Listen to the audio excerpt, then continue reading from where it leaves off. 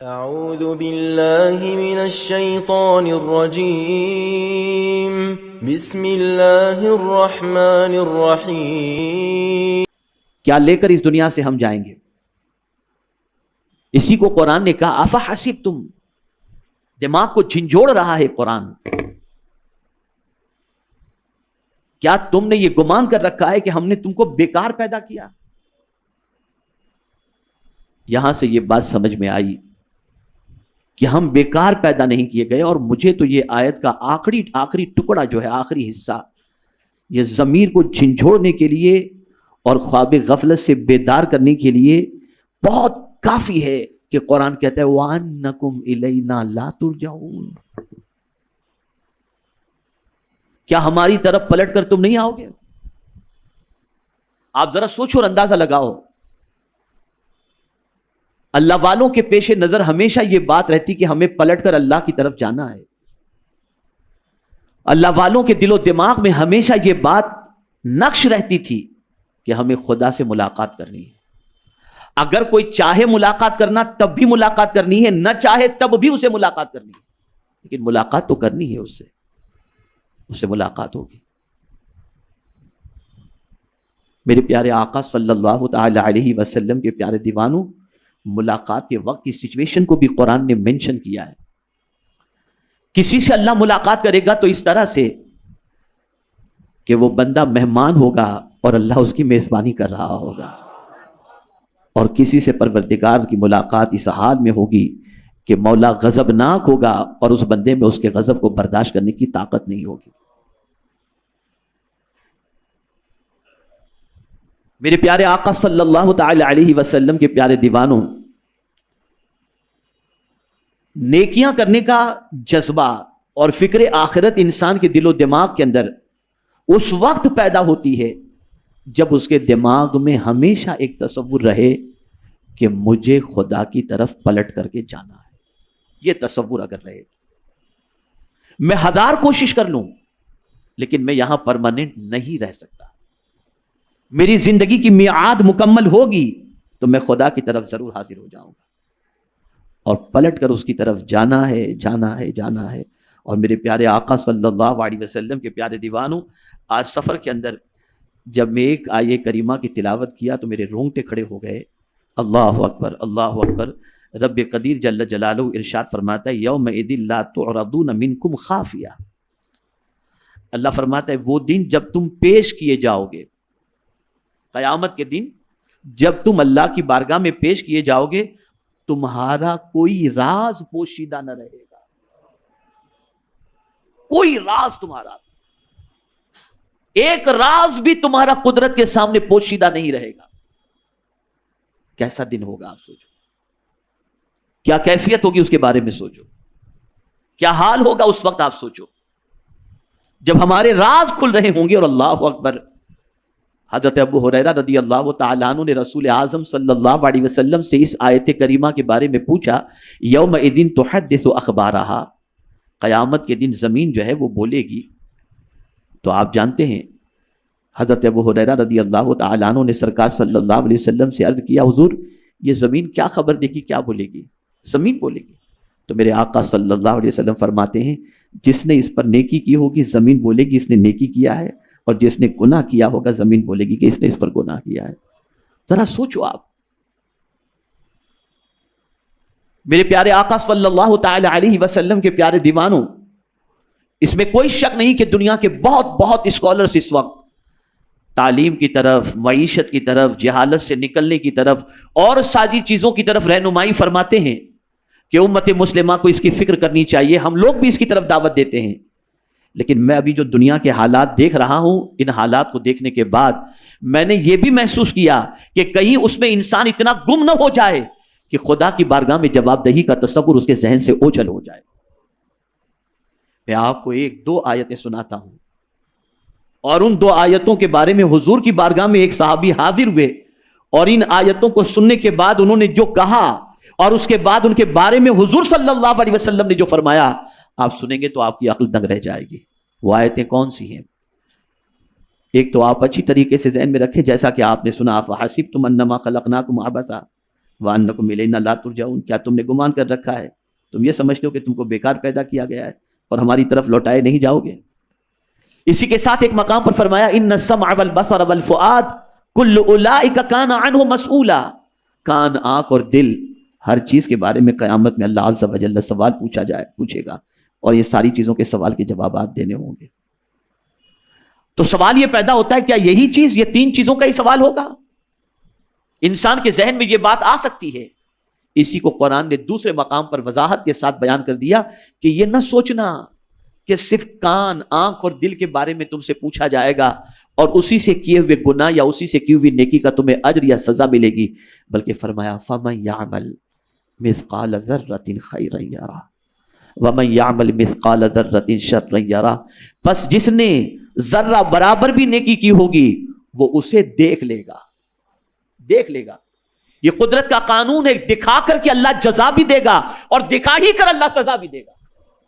دکھائے گا کہ دیکھ بندے تو نے یہ کیا ہے نا، اور قرآن کہتا ہے یوم تجد کل نفس ما عملت من خیر محضرا، قیامت کے دن انسان جو کچھ بھی اس نے خیر کا کام کیا ہے وہ اسے حاضر پائے گا۔ تو قرآن کہتا ہے فَمَن يَعْمَلْ مِثْقَالَ ذَرَّةٍ خَيْرًا يَرَهُ، بس جس نے ذرہ برابر بھی نیکی کی ہوگی وہ اسے دیکھ لے گا۔ وَمَن يَعْمَلْ مِثْقَالَ ذَرَّةٍ شَرًّا يَرَهُ، اور جس نے ذرہ برابر برائی کی ہوگی وہ بھی اسے دیکھ لے گا۔ یعنی ذرہ برابر، ذرہ کسے کہتے ہیں؟ معمولی ذرہ آپ سمجھتے ہیں نا، ذرہ تو سمجھتے ہیں۔ میرے پیارے آقا صلی اللہ علیہ وسلم کے پیارے دیوانوں، مفسرین فرماتے ہیں کہ اگر کسی کے پاس عقل سلیم ہو اور سنجیدگی سے اگر کوئی غور کرے تو اس کے لیے یہ دو آیتیں کافی ہیں، یہ دو آیتیں کافی۔ اب سنیے، ایک اعرابی بارگاہ رسالت مآب صلی اللہ علیہ وسلم میں حاضر ہوا اور عرض کیا یا رسول اللہ صلی اللہ علیہ وسلم مجھے واعظ فرمائیے، مجھے واعظ فرمائیے۔ حضور صلی اللہ علیہ وسلم نے یہی سورت پڑھ کر اسے سنا دی، جس سورت کے اندر فَمَن يَعْمَلْ مِثْقَالَ ذَرَّةٍ خَيْرًا يَرَهُ ہے۔ جب اس نے یہ سورہ مبارکہ کی یہ دو آیتیں سنی تو سننے کے بعد کیا کہتا ہے؟ آپ کے رب کی قسم، حضور سے عرض کرتا ہے، حضور سے عرض کرتا ہے آپ کے رب کی قسم، اس سے زیادہ مجھے واعظ کی ضرورت ہے ہی نہیں، اس سے زیادہ مجھے واعظ کی ضرورت ہے ہی نہیں، اور رخصت لے کر واپس جانے لگا کہ بس اب حضور مجھے اجازت دیجیے۔ یعنی یہ دو آیتیں سننے کے بعد وہ اعرابی کہتا ہے حضور مجھے اب اس سے زیادہ واعظ کی ضرورت نہیں، مجھے پتہ چل گیا کہ ذرہ برابر بھی نیکی کروں گا تو مجھے دکھائی جائے گی اور ذرہ برابر گناہ کروں گا تو وہ بھی دکھایا جائے گا، بس اتنا کافی ہے حضور، مجھے اب واعظ کی ضرورت نہیں۔ اور حضور سے عرض کرتا ہے حضور مجھے جانے کی اجازت دیجیے۔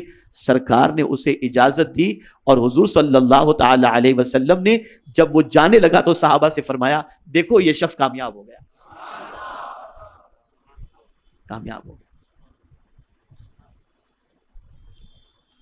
یہ بے چینیاں، یہ بے قراریاں، یہ پریشانیاں، یہ مصیبتیں، یہ تکلیفیں، یہ سب گناہ ہے، گناہوں کی وجہ سے جتنی کثرت کے ساتھ خطائیں ہوتی رہیں گی انسان اتنا ہی زیادہ بے چین ہوتا رہے گا۔